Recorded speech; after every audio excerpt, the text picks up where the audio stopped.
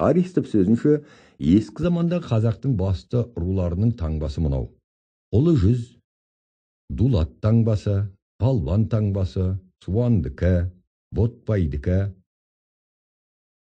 сыйқымдікі, орта жүзде қоңырат таңбасы, арғын таңбасы, қаңлы таңбасы, қыпшақтікі, керейдікі, наймандікі, және Шыңғысхан үлкен қақан болғанда таңбасы бектерге ұран құс ағаш таңба беріпті. Сонда ұлы жүз үйсін майқы биге ұраның салауат, құсың бүркіт, ағашың қарағаш, таңбаң сүргі таңба болсын депті. Орта жүзден қоңырат сеңгіле биге ұраның қоңырат, құсың сұңқар, ағашың алма, таңбаң ай таңбасы болсын депті. Мұнан кейін Нәжип Қасымбектің Қытай шежіресінен алып жазған сөзінен біраз ғана жазамын. Хижрадан, яғни біздің пайғамбарымыздың уақытынан 2819 жыл бұрын, яғни орысша есеппенен Ғайса пайғамбар уақытынан 2197 жыл бұрын, Қытайда Хич деген нәсіл хан болып билемей тұрып, Қытайдың Темірқазық жағында Тукю, яғни түрік халқы бар екені мағлұм болған. Мұнан 1081 жыл соң, яғни Ғайса пайғамбардан бұрынғы 1116 жылда Қытайда Уаң хан заманында Хун атанған түріктер Қытайға қарадық деп, Уаңның нәсілінен Юдаң хан болған кезде хундар бұзылып, Қытайдың Шанси деген уәлиятын шапқан. Бұл Хун, яки Ғұн атанған түріктер Ғайса пайғамбардан бұрынғы 910 жылы Қытайларға соқтыға бастап, сонан 213 жыл соң, яғни Ғайса пайғамбардан 697 жыл бұрын Қытайдың Ғаньсу деген жеріне кірген. Ол жер Қытайлардың Моғолстанмен бөлігі еді. Онан 45 жыл соң Пәчили деген уәлаятын шауып, түріктер бірінің артынан бірі Қытайды шаба берген соң, сонан құтылуға Ғайса пайғамбардан 214 жыл бұрын Чин қорған деген үлкен қорған сала бастап, 10 жылда бітірді. Халықтың жаңылыс Ескендір қорған деп жүргені сол қорған болса керек. Оны салып бітірген Қытайдың Чин Шихуанди деген хан еді. Ол өлген соң Ғайса пайғамбардан бұрынғы 210 жылдан соң Қытайлар өз ішінен бүлініп, маңайындағы елменен бөліктері сақтаусыз қалып, Хун түріктер татардың Қарамөрен деген дариясына айналып барып Қытайды талай бастайды. Және бір ескі хабар, Ғайса пайғамбардан 1300 жыл бұрын Че Әу нәсілі Қытайда хан кезінде Азияның Темірқазық жақ шетінде Хун яки Хун деген халық болған. Бұл Хун деген Орхон өзеніне қойылатын ат еді. Сол себептен ол халық Хун атанды. Одан кейін бір уақыттарда түріктер Хунну деп те аталды. Оның себебі Қытайлар Хуанхэ дариясының Темірқазық жағындағы халықты Хунну дегеннен шыққан. Хежірелердегі Хунну атанғаны Онну, яғни 10 ұйғыр дегеннен деп радылып айтады. Және бір кезде бұлардың күншығыс татар атанған Хунның Топа, Сианхи, Жужен деген таптары Азияның күнбатыс шетіне шейін барды. Бұл Хунну Қытаймен көп соғысып, кейде жеңіп, алымдалды. Олар хандарын Шань Буй Юо деп, одан кейін Танжу деп атады. Бергі замандағы Тайчи деп қалмақтың айтқанында сол сөздер. Жоғарғы Хуннулар ханның қатынын Янши деушеді. Біздің қазақтың өзінен үлкен кісінің қатынын жеңеше деген сол сөз болар. Олардың Танжуы, яғни ханы Эншан тауында тұрушы еді. Ол тау Алтайдың Ертіс өзеніне қарай созылған бір тарау еді.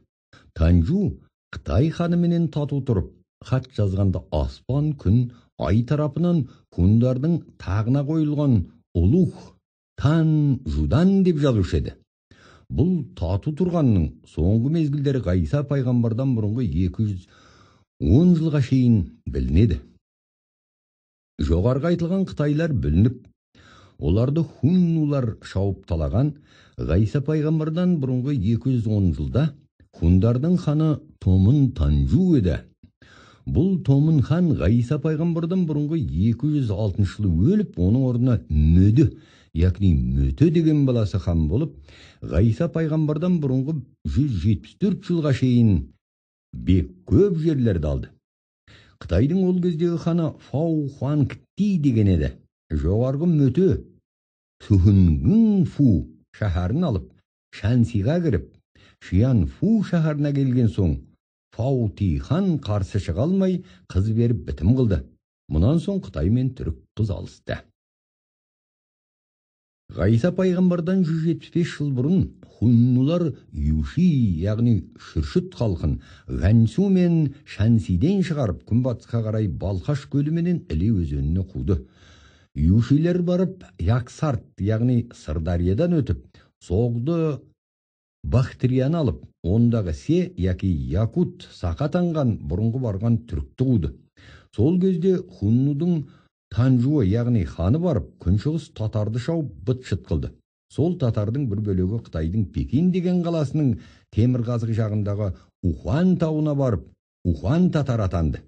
Және бір бөлігі Сианби тауына барып, сол атпен Синби атанды.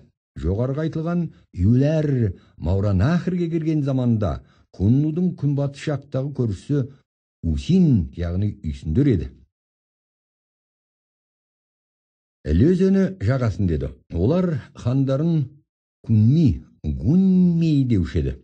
Осы Үйсінді Хуннулардың ынтымағынан айырмақшы болып, Қытайдың ең алғаш дүние көруге шыққан Чанкиен дегенді жіберген еді. Қытай сол кезде Канкию, яғни Мауранахр Пуси, яғни парсы менен сауда араластырып еді. Соған ортадағы хуннулар бөгет болып, жоғарға Чанкиенді 10 жыл тоқтатып қойған. Онысы Ғайса пайғамбардан бұрынғы 139 жылдан 129 жылға шейін еді. Чанкиенді Аристов Чан деп жазады. Ғайса пайғамбардан 70 жыл бұрын жоғарғы Ухуан атанған татарлар хуннулармен жанжалдасып, барша танжуларының, яғни хандарының моласын һәм Мөтенің де моласын құлатып, хуннуларды күнбатысқа қарай қуып, көп жерін алды. Ғайса пайғамбардан бұрынғы 54 жылы Сюанби атанған татарлар Қытайға болысып, Ухуанды жеңседе, олар тез заманда және қайта жиналып, бір хандық болып, хандығы Ғайса пайғамбардан соңғы 207 жылға шейін келді. Ғайса пайғамбардан соңғы 40 жылы Хун хандығы екі бөлінді. Бірі оңтүс, бірі солтүс атанып. 65 жылы екеуі бірігіп, Қытайдың Шанси менен Хами деген жеріне барса да жеңілік қайтты. Оларды Қытайдың Сычу Хян деген жандар алып, Килушан тауында және жеңіп, әскерін қырып, сонда, сол тұста, Хунның ханы менен бір талай күнбатысқа қашты. Сол себепті 93 жылы сол тұс Хун хандығы жоғалды. Онан қалған 200 мың үйлі халқы Қытайға қарап қалды. Қарамағандары Алтайдан өте асып, Мұздаладан өтіп, Оралдағы Башқұрт жеріне барды. Сол барғандар Европаның шетінде жаңадан бір хандық болып, күнбатыс Хун атанып, көп жыл Қытайлар Танжу хандығы еді. Европаның бірталай халқын Ұйғыр, Оноғыр, Сюанби һәм басқа түрік руларынан да қосылып, жұртын алған осылар еді. Ғайса пайғамбардан соңғы 78 жылы Кавказ тауынан асып Әзербайжан, Ирак аса кіргені 167-де Марк Орел заманында румдар менен соғысқаны латынша кітаптарда бар. Жоғарыда айтылған солтүстік хундар барып, күнбатыс Хун атанып тұрғанда мұнда қалған оңтүс хундар Шанси деді. Олардың ханы Хүләншиға 93 жыл кеткен сол түс Хуннан қалған көп ел қарап қалып еді. Бара-бара бұл оңтүс хундар да нашарланып, Қытайдың бір қару есепті болып қалды. 206 жылы Қытайлар өз ішінен бөлініп үшке бөлінеді. Бірі Уай деген Темірқазық шетіндегілер, бірі У деген оңтұста, және бірі Хан деген күнбатыста болды. 207 жылы Уай атанғаны маңайындағыларды бір-бірлеп қарата бастады. Ақырында оңтүс хунды да алып 221-де бір жолата хандығын жоғалтты. Олардың көбі Ганьсу менен Шансидегі халқына қосылды. Бір бөлігі 93 жылы кеткен күнбатысқа барған хундарға қосылды. Жоғарыда айтылған Сиамби атанған халықтар 225 жылы Орта Азияға кіріп, бір үлкен хандық жасап, 320 жылы Іле дариясынан Амур дариясына шейін алды. Сол Сиамби деген атпен бұл жақ Сибирия аталды. Олардың хандығын Нәжіп Қасымбек Топа Усуну деп, Аристов Юонби депті. 310 жылы осы Сиамби нәсілінен ескі шежірелерде Жужин, яғни Жүжі деп әртүрлі атпен жазылатұғын түрік нәсілдері бір халық күнбатыстағы халыққа бек қатты шабынды қылған. 390 жылы Шужендер жоғарғы Сиамбилерді орнынан қуып, хандығын жоғалтты. Бұл Жужендер Қарақұрымнан қозғалып, аз-аздап бүгінгі Татарстан жеріне жайылды. Оның хандары да Танжу аталушы еді. Тулун деген бір ханы 402 жылы Қақан атанып, сонан соңғы хандарын Қақан десті. Олар бір заманда күнбатыс хундар тұрған башқұрт жерлерінде алды. Аттила деген 430 жылы Европаны быт-шыт қылғаны осы Жүжендердің секені анық.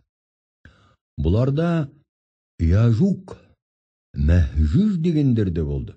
Бұлардың хандығын түріктің Она, Хүй, Наған, Лу, Чин деген батырлардың әскері 552-ден 554 жылдарда қырып жоғалтты.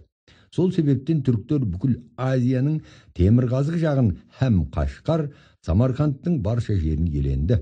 Онан соң түріктер Парсының патшасы Кисрау Наушируан менен бірігіп, хундардың Мауранахр маңындағы Эфталит, яғни Тилу халқының хандығында жоғалтты. 557-де Эфталиттің бастықтары Вархути дегендер біраз қалғанменен бірге қашты. Шежірелердегі Вархути яки Вархунит деп жазылған ұйғыр, сабыр һәм түрік дегендер осылар еді. Бірақ бұлар Европаға кірген кезде Авар атанған ел еді. Бұл Аварды Аристов онан бұрын келген түргеш екі хан халық еді, түрік нәсілінен дейді. Бұрынғы халықтардың қылған істерінің бәрді аңғары бір жолмен деуге болады.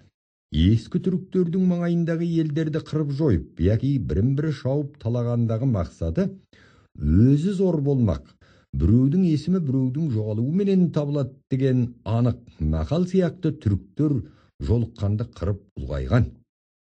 Түрік халқы Парсы жұртындай румен жүрген халық емес. Бір талайы әр рудан қосылып ел болып, маңындағы елдерді шауып алып, егерде жеңілсе, өзге жаққа ауып кетіп, және бір елді шауып, әр рудан қосылып, әр түрлі атпен атанған. Нәсілі бір болмаса да, екі түрік ағайын болғысы келсе, бір жерін қанатып, қандарын сүтке, яки қымызға қосып бөліп ішетті, қаны қосылған қарындас болдық деседі. Оны анда дейді. Біздің қазақтың құда анда дегендегі андасы осы сөз.